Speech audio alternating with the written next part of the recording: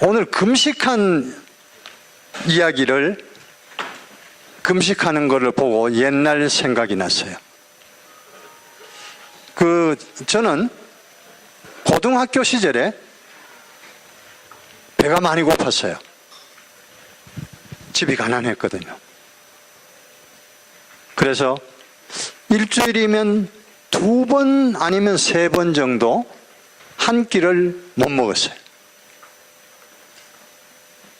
그런데 그때 제가 교회를 다녔기 때문에 그 어려운 시절을 예수님이 주는 말씀과 그리고 교회의 교인들의 격려를 힘입어서 그 어려움을 넘어지지 않고 잘 넘어왔습니다.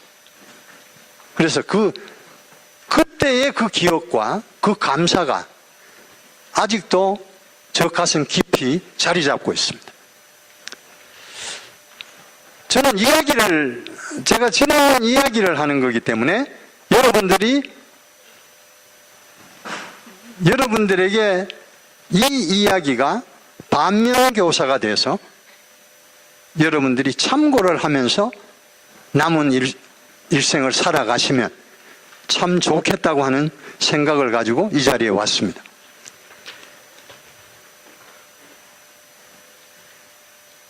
저는 월급쟁이 세러리맨 생활을 하다가 1973년에 제가 회사를 창업을 했습니다.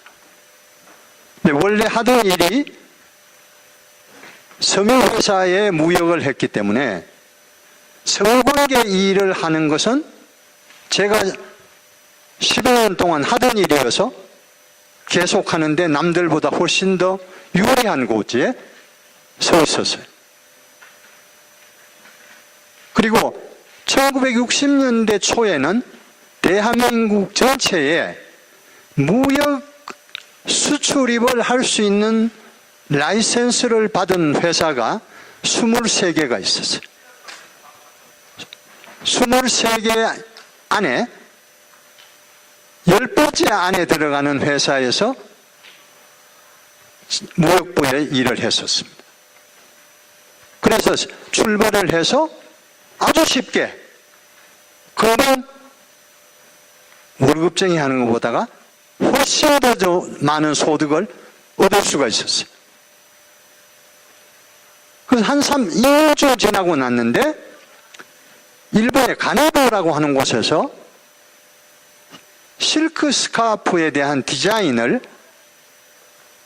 저희한테 맡겨왔어요. 근데 실크 스카프를 프린팅을 할 때 프린팅 하기 전에 색깔별로 그림을 그려서 그것을 제도를 해서 나렴을 도장처럼 찍는 겁니다. 그래서 그 일을 시작을 해서 금방 250명 정도의 종업원이 됐어요. 동호회 취해서 아무 생각 없이 열심히 일했어요.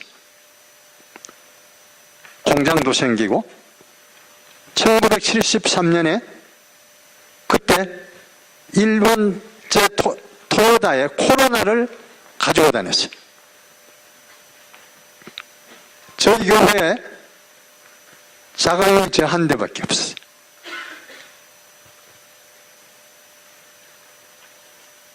근데 저희 월급쟁이 때보다 훨씬 여유 있고 또 훨씬 더 좋은 고급 음식점에도 가고 그다음에 외국 수행 왔을 때 접대하는 곳도 훨씬 더 고급으로 가고 그렇게 됐어요. 그렇게 정신없이 한 2년에 마쳤는데 고난이 생겼어요. 나는 교회의 집사입니다. 부닥친 것이 외국 바이들이 와서 저보고 기생집을 추천해달라는 거예요. 우리 회사에는 그 바이어가 제일 큰 바이어였어요. 고민하기 시작했어요. 그래서 결정을 했습니다. 나는 집사라서 안 되고 다른 임원을 붙여서 보냈습니다. 그러면서 고민이 자꾸 깊어지기 시작했어요. 과연 괜찮을까? 나는 집사라서 안 가고 그 일에 다른 임원을 대신 시켜서 그 일을 시키고 돈을 벌어도 도덕적으로 이게 전혀 문제가 없는 것일까? 혼자 자문자답을 하기 시작했어요. 그런데 답이 안 나오는 거예요. 눈을 감고 1년을 그러려고 했어요. 돈은 많이 들어요. 많이 들었어요. 1년쯤 지났는데 교회에 부흥회가 열렸어요. 부흥 강사님이 오셨어요. 아주 유명한 강다리 목사라고 하는 부흥사님이 저희 교회에 오셨어요. 와서 설교를 하시는 중에 죄를 짓게 하는 사람이 죄를 짓는 사람보다가 더 악독한 사람이에요. 여기 혹시 그런 사람이 있니? 당장 회개하라고. 벼락 같은 야단을 치시더라고. 그러고 그날 저녁에 저는 집에 가서 자지를 못했습니다. 교회에서 새벽 기도하는, 철야 기도하는 분들하고 같이 자면서, 기도하면서, 자면서 밤을 새웠습니다.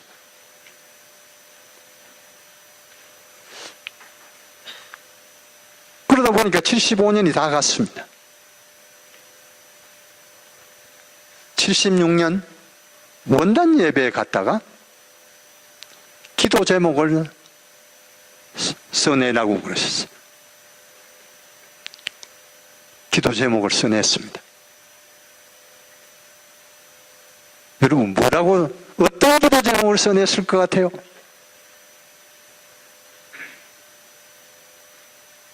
이 회사와 이 직업을 안 하고도 밥 먹고 살 수 있도록 해 주십시오.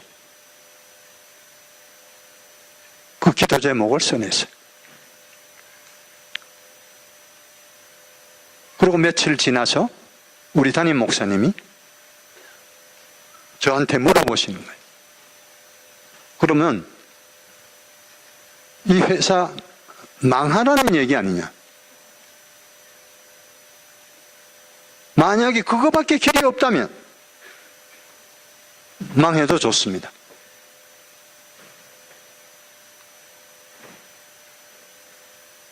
목사님이 나중에 중보기도 요청을 하는데 권경섭 집사님 회사 지금 하는 그 회사가 잘 되게 해달라고 하는 얘기가 아니라 망하게 해달라고 하는 기도 요청이 들어왔습니다. 그 자세한 내용은 아무도 몰라요. 목사님한테는 제가 말씀 안 드렸어요. 아마 잘못 적은 것 같다고 그렇게 말씀을 하셨어요.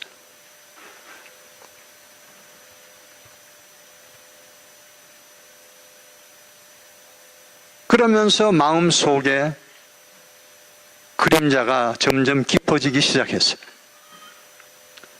망하는 사업에 대한 걱정. 그 다음에 250명이라고 하는 종업원. 그 책임감을 내가 벗어나기가 쉽지 않았습니다.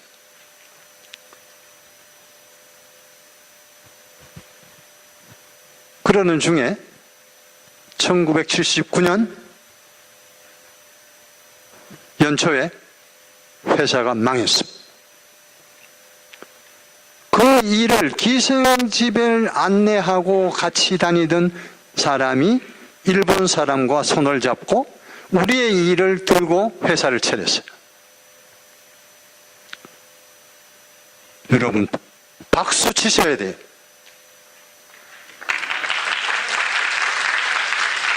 왜냐하면 그 사람이 그걸 안 했으면 나는 지금까지 그 일을 했을는지 몰라요.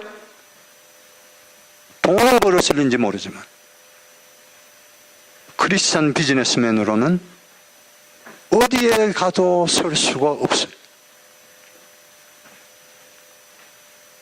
중요한 교훈을 깨달았습니다. 다 걷어치고 집도 은행에 담보가 들어가 있었으니까 집도 넘어가고 다 넘어갔어요. 그때 가장 아팠던 기억이, 저녁에 집에 들어갈 때 저는 아이들이 넷이에요. 아들 셋에 딸이 하나인데 아빠가 돌아오면 이 아이들이 대문 앞으로 쫓아 나오면서 아빠 온다 이게 아니에요. 과자 온다 그러고 쫓아와요. 아빠가 과자 사들고 온다. 그런 어린 아이들이 어느 날 아무것도 안 사가지고 들어오게 됐어요. 그러고 며칠을 고민하다가 모든 것을 다 접고 대한수도원의 기도원으로 갔습니다. 가서 약 2달 조금 넘게 기도원에 있었어요. 가서 첫 번째 한 것이 뭐냐면 지금 이 자리에서 내가 감사할 수 있는 것이 몇 가지나 되는지를 점검해 봤습니다. 내가 하나님 앞에 감사할 수 있는 것이 무엇일까? 10가지밖에 쓸 수가 없었어요. 그것도 생각해서 10가지의 감사할 수 있는 제목들을 썼어요. 그리고 40일 동안 매일같이 그 감사의 제목들을 늘려나갔어요. 첫 번째는 10가지밖에 쓸 수 없었던 감사 제목이 날이 갈수록 자꾸 늘어나는 것.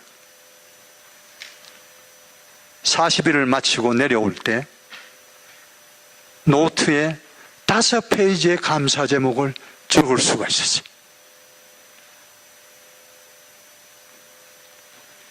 저는 이 감사의 제목을 통해서 하나님과 가까이 갈 수 있었어요. 하나님이 그 나의 감사의 제목과 기도를 들으시고 하나님께서 저를 어루만지기 시작했어요.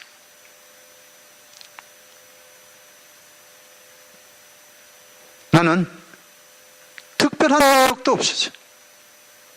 그리고 남들보다가 좋은 재능도 가지고 있지 않았어요. 그저 젊었을 때는 좀 저항적이고 반항하고 그리고 술도 먹고 담배도 피우고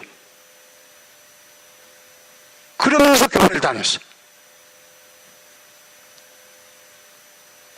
그런데 내가 그때 생각했던 것이 뭐냐면 내 일생 동안에 터닝 포인트라고 하는 것이 생겼을 때마다 거기에는 하나님의 말씀이 늘 저를 깨우쳐 주셨어요. 그리고 저의 인간적인 결단이 한 10%쯤은 작용을 했을는지 몰라요. 죽기 아니면 살기. 요즘 말로 죽기 아니면 까무라치기.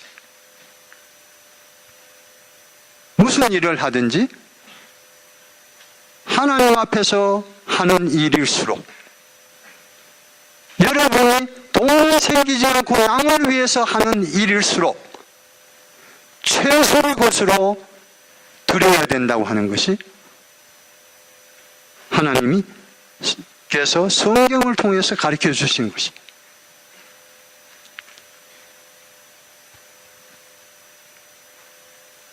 약 2달이, 그러니까 한 70일 정도 있었던 것 같은데, 내려오기 2주간을 금식을 했어요. 마침 거기서 만난 목사님하고 기도를 많이 해주시곤 했는데, 그 목사님하고 함께,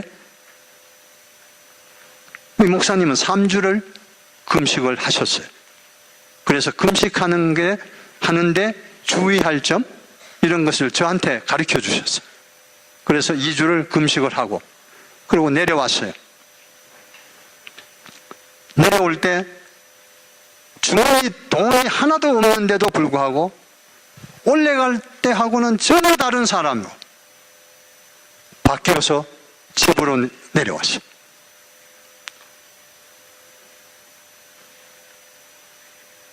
집사람이 걱정을 하기 시작했어요. 아니, 당장 쌀 돈이 없는데도 불구하고 집안을 돌아다니는데 희죽희죽 웃고 다녀. 저기 제정신 아닌 것 같은 거예요. 이때까지 같이 살아왔던 분이 아니야. 마누라가 보따리를 싸들고 교회에 가서 교회에서 자고 안 오는 거예요.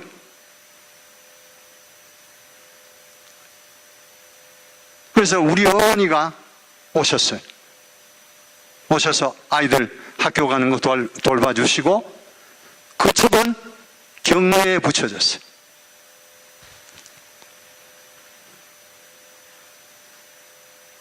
경매가 낙찰이 됐어요.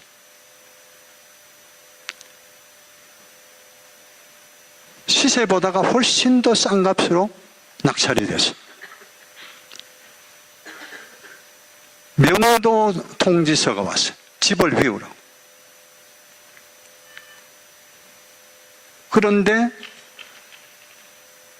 하나님께서 저에게 또 한 번 다른 기회를 주셨어요. 낙찰을 받은 사람이 저희 고등학교 동창이었어요. 명도를 하려고 왔는데 와보니까 권경섭이 집. 혹시 그 권경섭이가 아닌가 싶어서 확인을 하러 사람을 보냈어. 보니까 우리 동창이에요. 그래서 그 다음날 만나자고 연락이 와서 가서 만났어요. 이 친구가 내가 재수가 없다. 너 집을 이렇게 낙찰을 받다니. 낙찰을 받고 이거 내가 명도를 못 받게 됐으니 어떡하냐. 자, 없었던 걸로 하고 이 돈을 너한테 빌려줄게. 이자도 필요 없고 아무것도 필요 없다. 3년 후에 네가 이 돈을 갚으면 원금만 받고 그냥 돌려줄 것이고, 만약에 네가 못 갚으면 그거 팔겠다. 그리고 네가 지금 너희 가족들 데리고 어디 나갈 데가 없으니까 그냥 거기 살아. 그래, 거기 살게 됐습니다.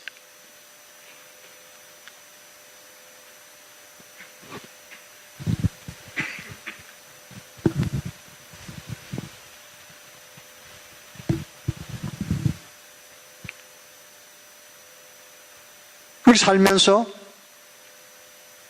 사무실에는 나갔습니다. 직원 3명, 나까지 4명이었어요.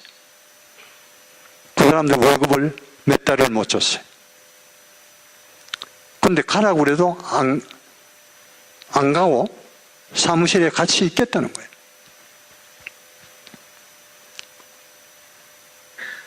그래도 어느 날 아침에 사무실로 전화가 왔어요. 미국에서 온 JBL이라고 하는 스피커 회사의 사장이 한국에 왔는데 나를 만나고 싶다고 전화가 왔어요.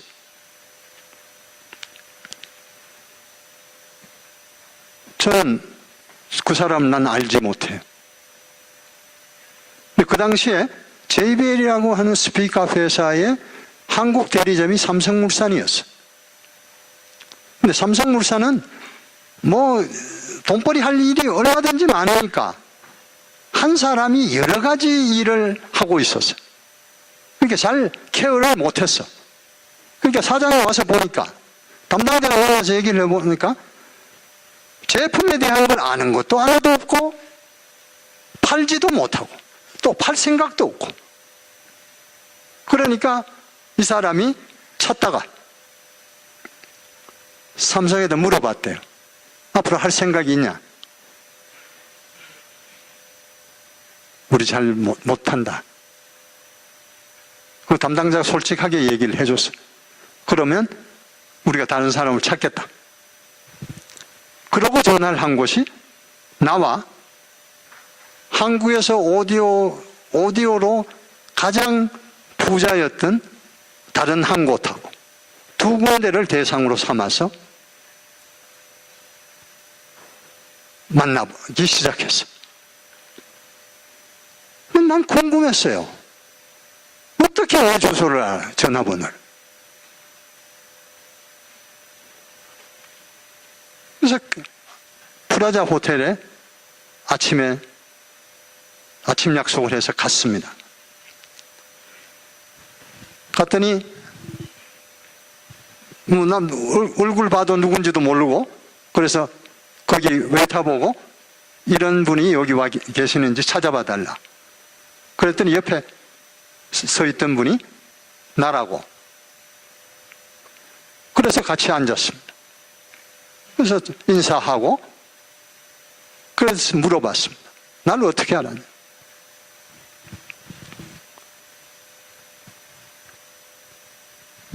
저보고 76년도에 네가 나한테 텔엑스를 몇 번 보냈다. 그리고 자기가 답을 했었다. 전혀 생각이 안 나요. 그럼 무슨 일이냐?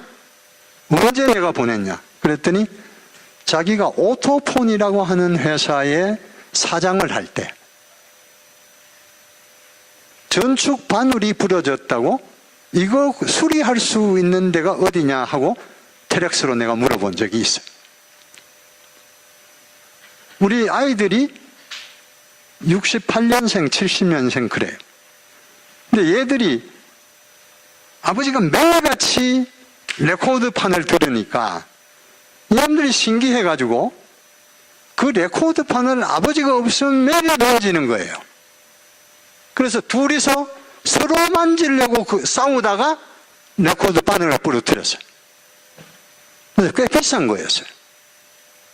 그래서 그걸 고칠 데가 어디 한국에 있느냐고 물어봤는데 그 친구가 답이 오기를 홍콩 아니면 일본에 가서 고쳐라. 그렇게 왔어요. 그래서 제가 조금 항의성으로, 야, 한국에 카스토머가 있는데 고치러 홍콩이나 일본 간다는 게 말이 되냐? 그러면 한국에도 너 데려다 왔어야 되는 거 아니냐? 그렇게 항의 저걸 텔엑스를 보냈어요. 그랬더니 미안하다고. 아직까지는 한국에는 그런 수요가 많지 않아서 그걸 못했다고. 앞으로 2, 3년 후 같으면 가능할지도 모른다.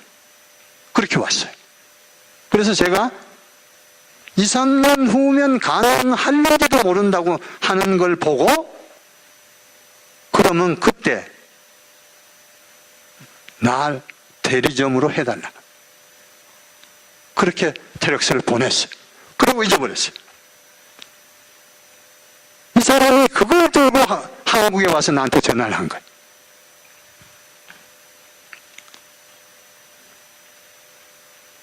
이거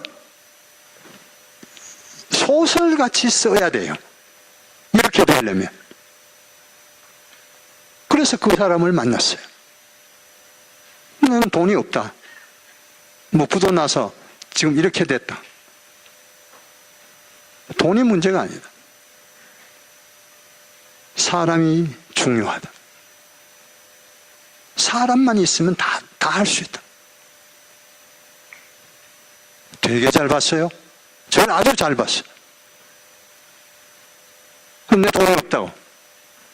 그랬더니 이 사람이 1년만 두 집이 같이 한번 해봐라.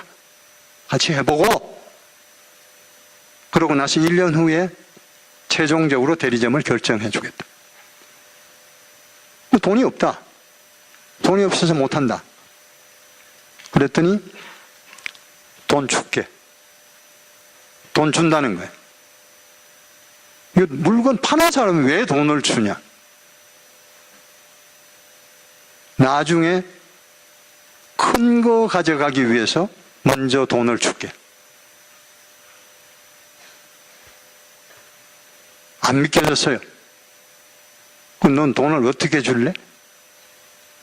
지금 삼성을 통해서 연간 2천만 브러치의 스캇이라고 하는 앰프를 사가는데 이게 한국에서 누가 인스펙션을 안 해주기 때문에 이게 가져가면 불량이 10% 정도가 나온다는 거예요. 아주 골치 아파 죽겠다는 거예요. 너 이제 그 인스펙터를 해라.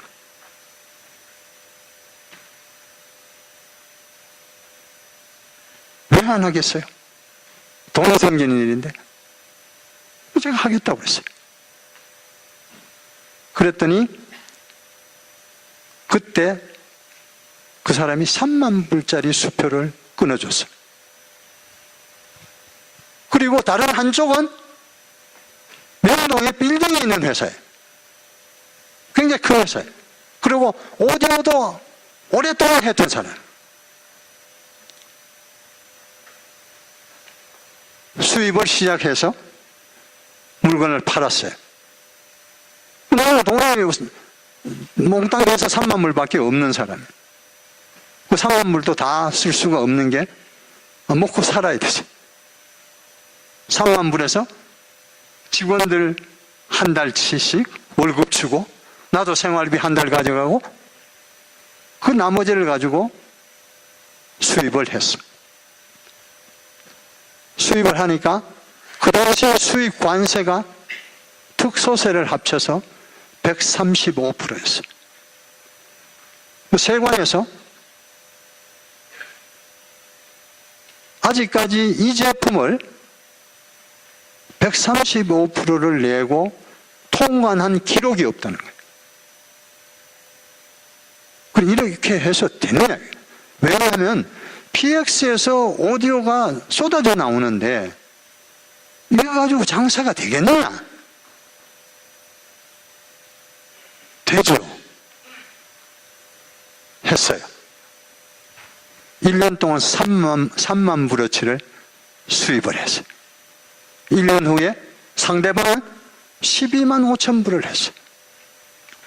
그 소리를 듣는 순간 끝났다. 그 생각했어요. 그런데 그 사람이 저한테 그때가 1월 달에 80년 1월 달에 한국에 왔었어요. 2월 5일 날 에이시안 디스트리뷰터 미팅이 홍콩에서 있는데 너 홍콩에 거기에 참석해라 하고 비행기 티켓팅까지 해서 주고 갔어요. 믿기지가 않았어요. 그래서 이제 수입을 이제 해야 되는데 돈은 없고. 예명대로 그대로 다 얘기했어요. 근데 그 사람이 1년에 2천만 불에 대해서 0.6%에 대한 인스펙션 피를 선불로 저한테 줬어요. 2천만 불에 0.6%면 12만 불이. 그때 금리가, 은행 금리가 28%였어요. 한국에서는 은행에서 돈을 못 빌릴 때. 그럼 12만 불을 저한테 줬어요. 홍콩 가기 전에 12,000불을 띄어서 교회에다가 11조를 했어요. 교회가 뒤집어졌어요. 그 당시에 한국의 화폐 가치라고 하는, 물가라고 하는 거. 여러분, 80년도에 엄청난 돈이에요. 물론 내가 인스펙션 서티피케이트에 사인해줘요. 삼성은 내가 사인 안 해주면 내고를 못해요. 돈을 못 찾아. 내 사인을 했어야 은행에 가서 돈을 찾아요. 오디오를 아는 사람이라고 하는 것 이외에는 아무것도 연관이 없어요.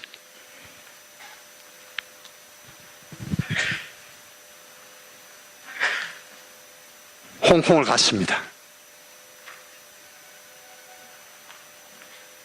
가서 홍콩의 가장 좋은 호텔에 아시아의 각국에서 대리점들이 다 모였어요.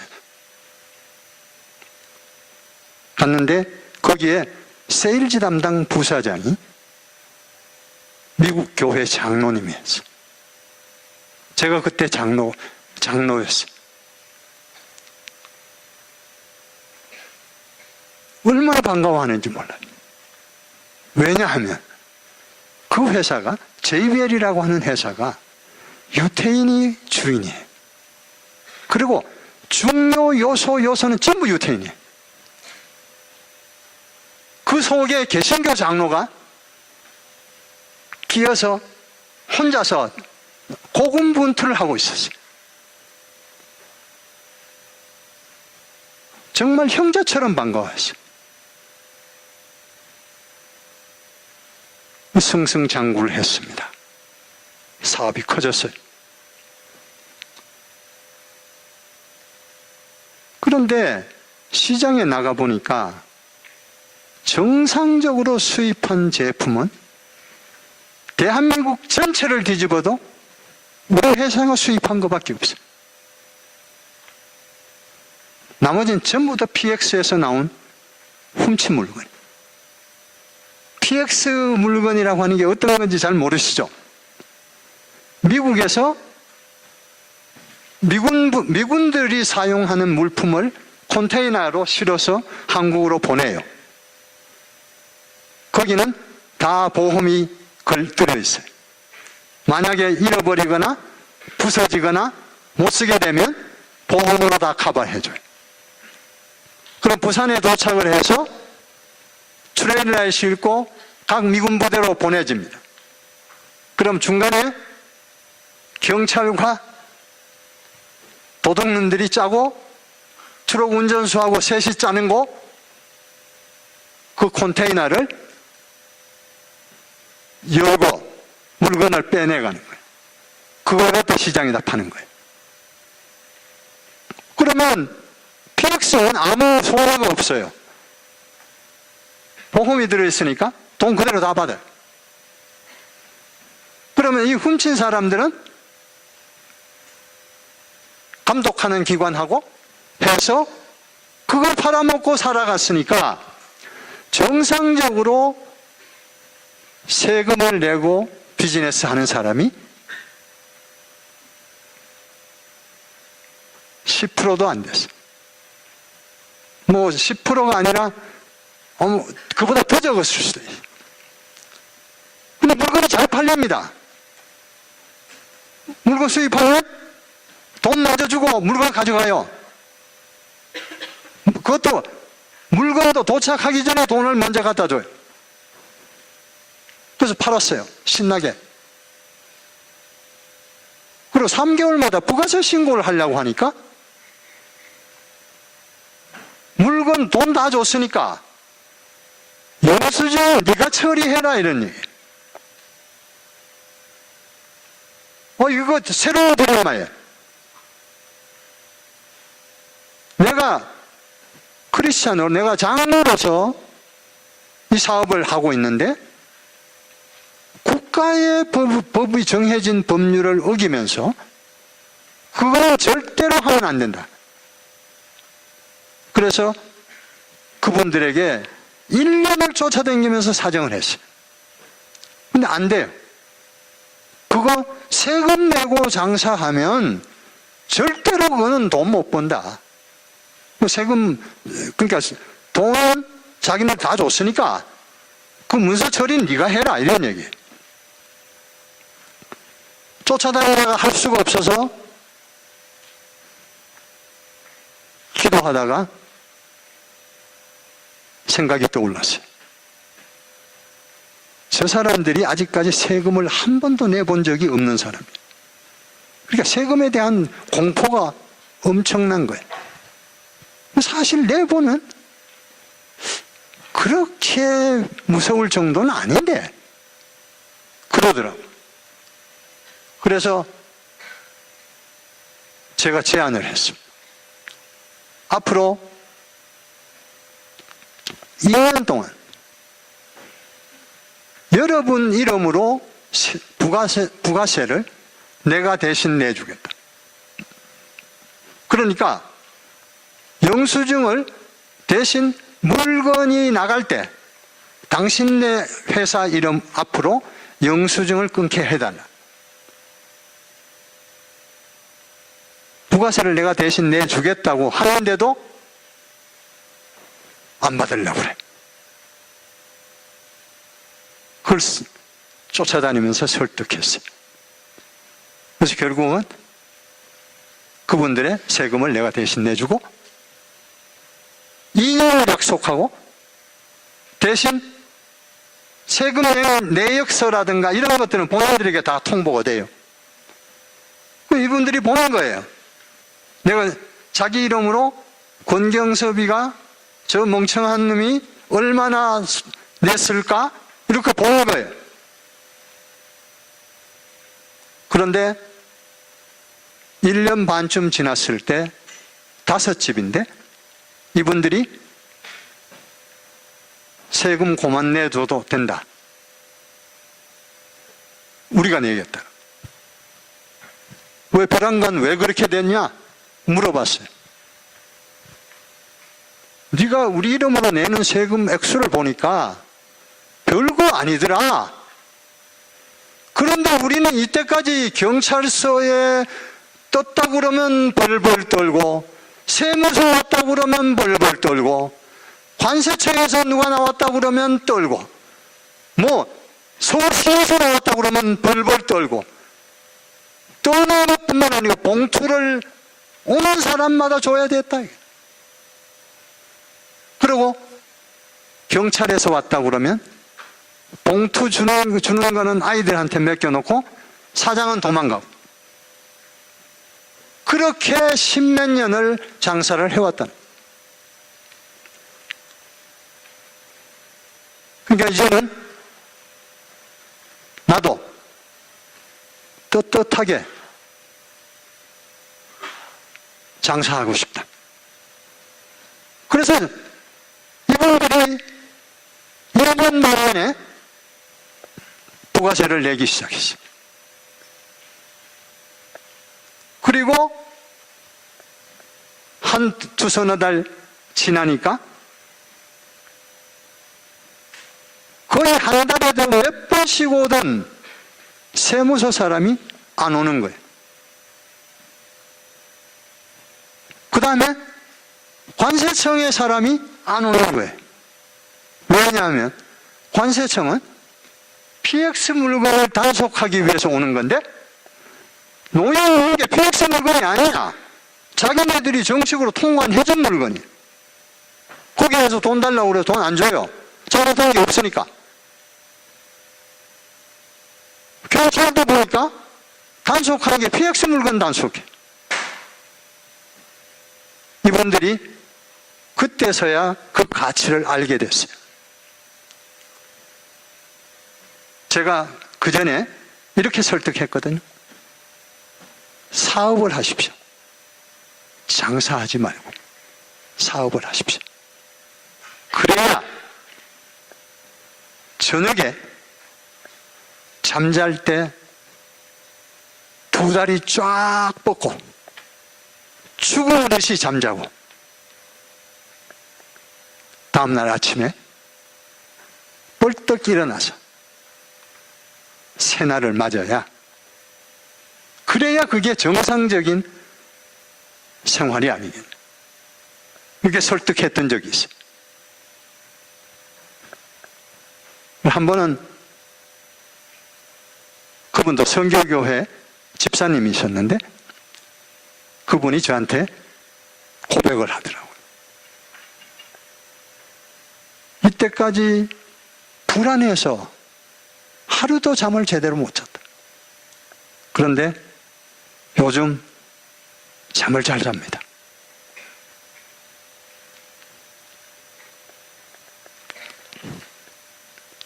그래서 상가에 세금 내고 장사하기,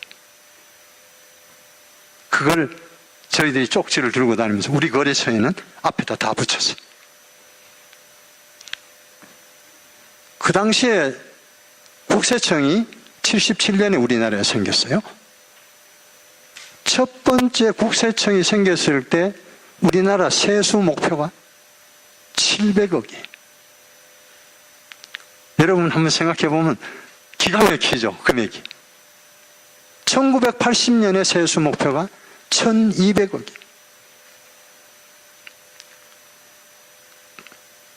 그때 납세를 민간인이 독려를 하고 돈 세금 내는데 도움을 주는 사람은 대한민국에 아무도 없었어요.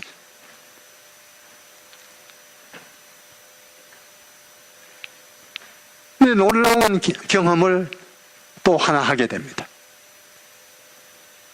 세무조사가 나왔어요. 우리 수입업자니까, 무역이니까 서류하고 물건하고 다 맞아요. 그리고 이분들이 우리한테서 세금을 걷어가는 거는 세무조사에 일단 나오면 얼마를 안 걷어가면 중간에서 이 사람들이 돈 받고 안 한 걸로 인식이 되기 때문에 세금을 걷어가야 된대요. 없는데 어떻게 가든 추리를 틀어서라도 가져가야 된대. 우리 회사를 뒤졌어요. 목표가 얼마냐? 1,500만 원이래. 우리 회사를 뒤졌어요. 230만 원이 뭐 과태료가 붙고 뭐 이런 230만 원이 나왔어요. 나머지는 그럼 어떡하냐? 당신네 거래처를 뒤지겠다. 거래처를 뒤졌어요. 원래 올 때 1,500만 원을 목표로 하고 나왔는데 2,300만 원을 걷어갔어요. 이게 매를 맞았잖아요. 그리고 보통 매를 맞으면 휘청거려요. 조그만 회사들. 우리도 조그맸으니까.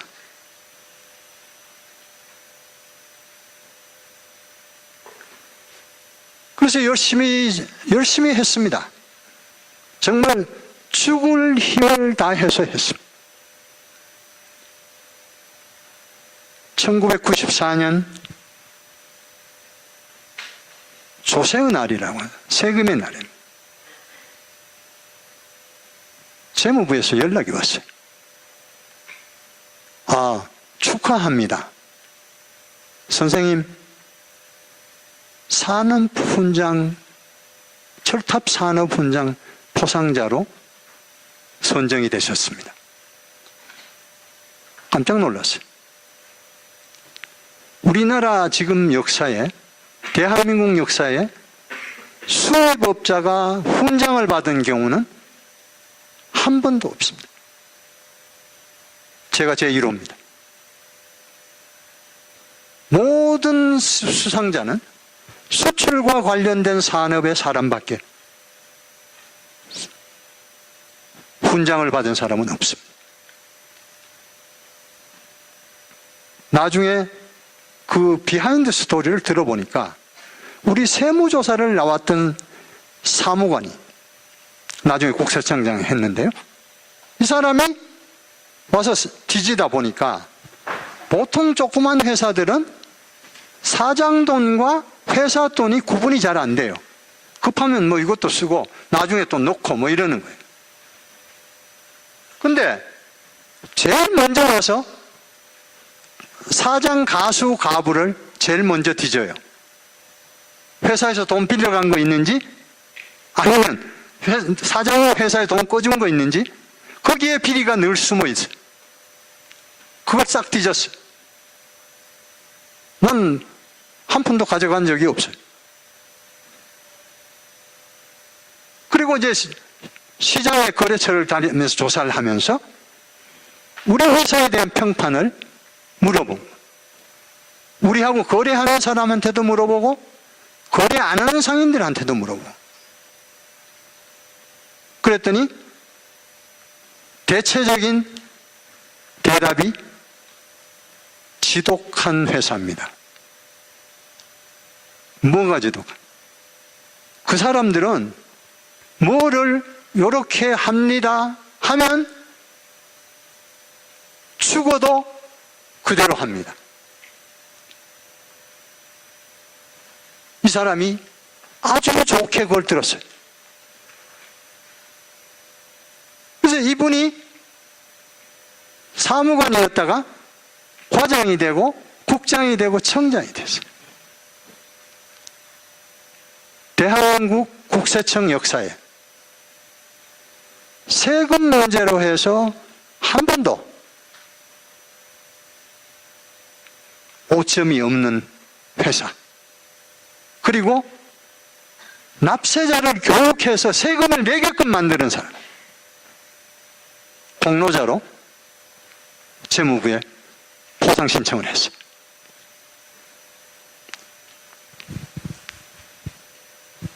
그래서 산업훈장을 받게 됐습니다. 제가 오늘 여러분에게 말씀드리고자 하는 것,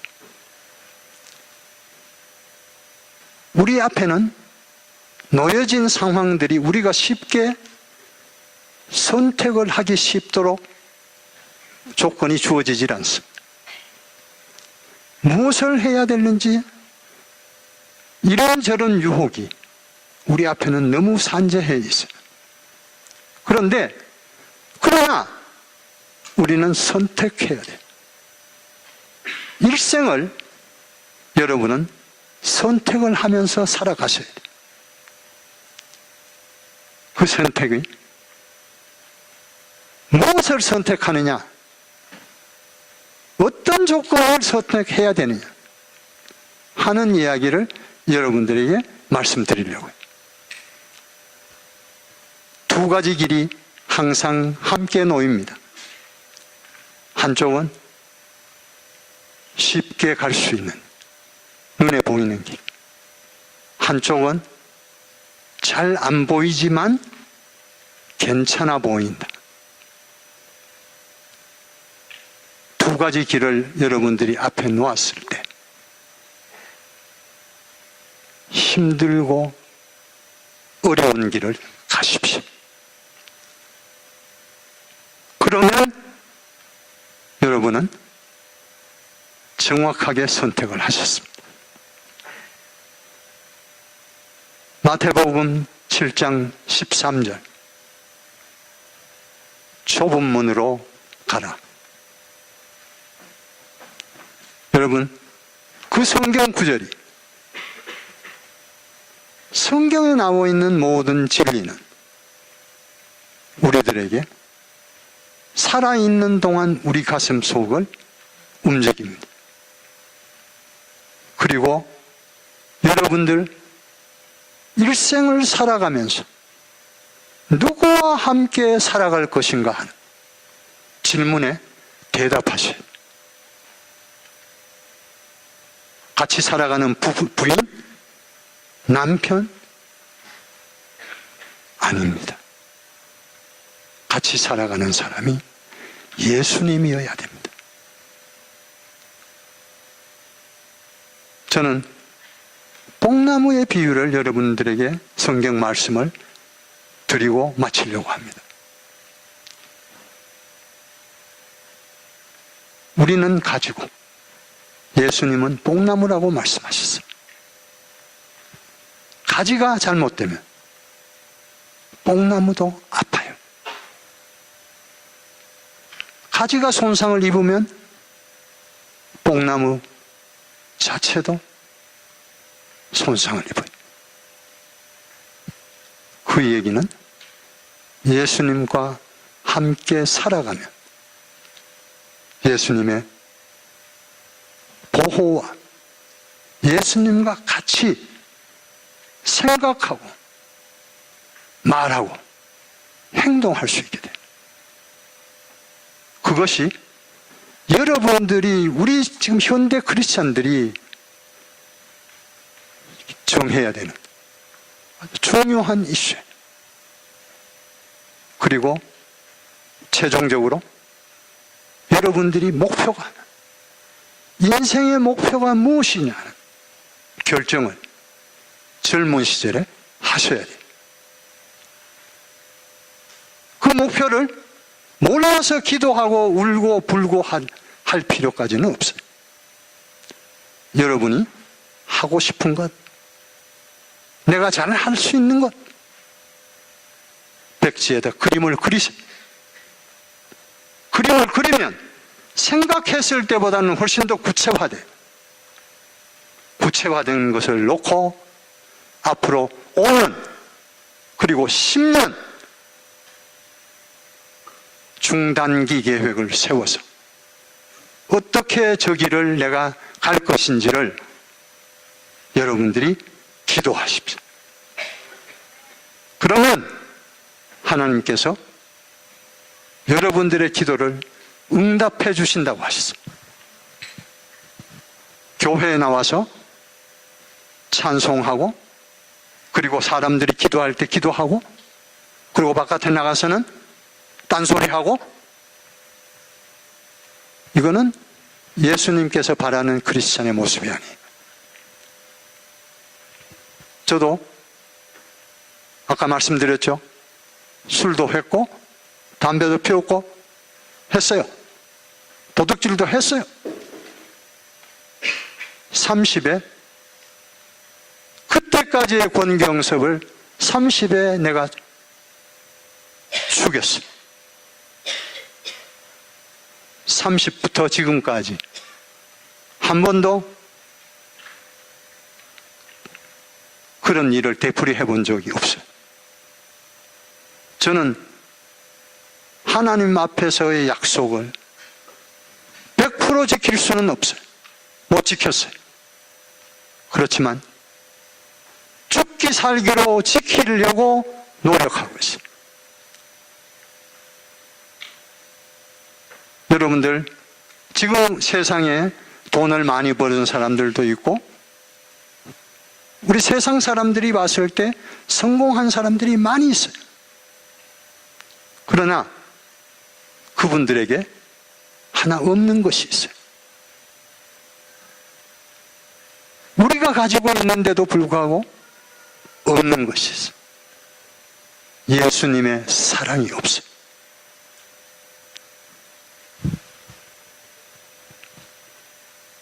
(10분만) 더 하겠습니다. 제가 중국에 티벳에 샹그리라고 하는 조금 도시가 있어요. 허드슨 선교사님이 중국에 가서 거점으로 사용하던 카페가 있어요. 그 카페를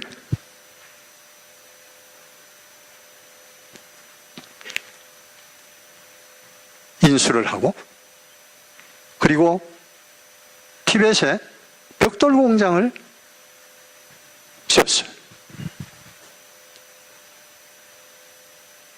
목적은 거기서 돈을 벌 생각은 추호도 없었어요. 선교사님들이 정식으로 비자를 받을 수가 없어요. 그래서 그걸 통해서 두 분의 선교사가 비자를 받았어요. 공식적인 체제 비자를 받았어요. 벽돌 공장, 거기도 세 분이 비자를 받았어요. 시작해서 커피는 선교사님들이 밥 먹기도 힘들어요. 카페는. 벽돌 공장은 종업원이 15명으로 늘었어요. 는 것뿐만 아니고 3만 5천 불을 투자를 했는데 지금 2년 동안 18,000불을 벌었어요. 제2의 공장을 시작합니다.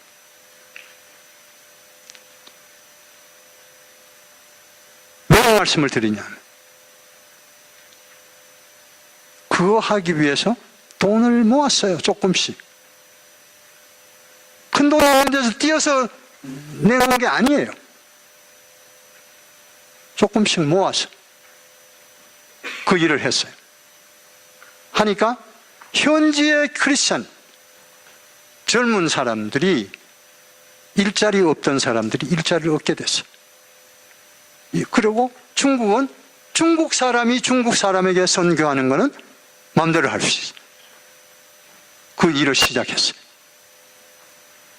이제 금년 장마가 지나면 제2의 공장이 다시 섭니다. 18,000불 위에다가 플러스해서 그 공장을 다시 이 공장을 오픈합니다. 그 다음에 3년 전에 미얀마 양곤에다가 소비코 카페라고 하는 크리스찬 카페를 열었습니다. 거기도 한 3만 불 들었어요. 아주 잘 자란 대학을 졸업한 크리스찬 청년들이 직장이 없는 거예요. 미얀마 한 달 봉급이 대학 졸업자가 65불이에요.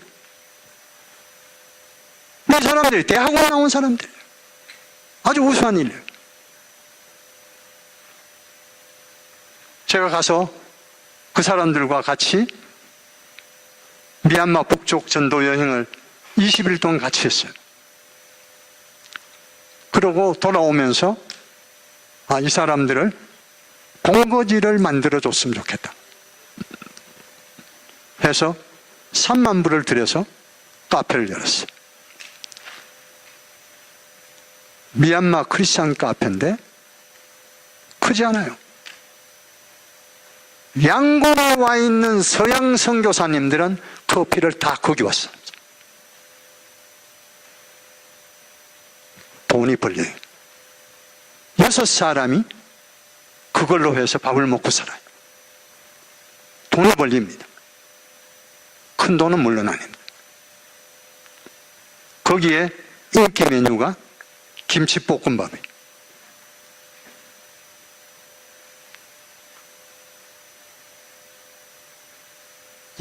이런 일들은 보통